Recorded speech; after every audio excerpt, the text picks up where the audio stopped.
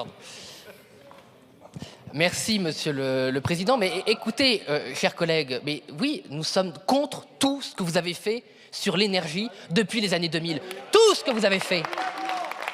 Et donc,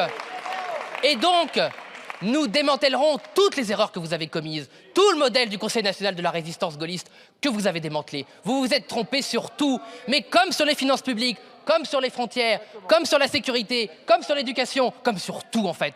Vous vous êtes trompé, mais vous êtes encore là à nous faire des leçons, nous expliquer ce qui serait sérieux, ce qui ne le serait pas. Eh bien, tout ce que vous avez fait n'était pas non seulement sérieux, c'était lié à la corruption de vos esprits, à votre mépris pour le modèle français, à le mépris pour ce qu'on avait fait, pour ce qu'on avait réussi à faire ensemble, pour ce que les ouvriers français avaient fait avec EDF, avec GDF.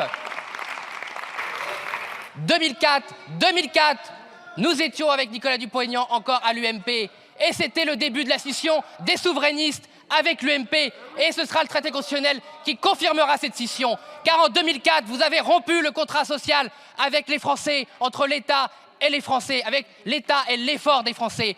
Moi, j'ai défilé avec Nicolas Dupont-Aignan, oui avec la CGT, oui avec les syndicats, contre le démantèlement d'EDF, GDF, un fleuron français que vous avez démantelé et nous le reformerons.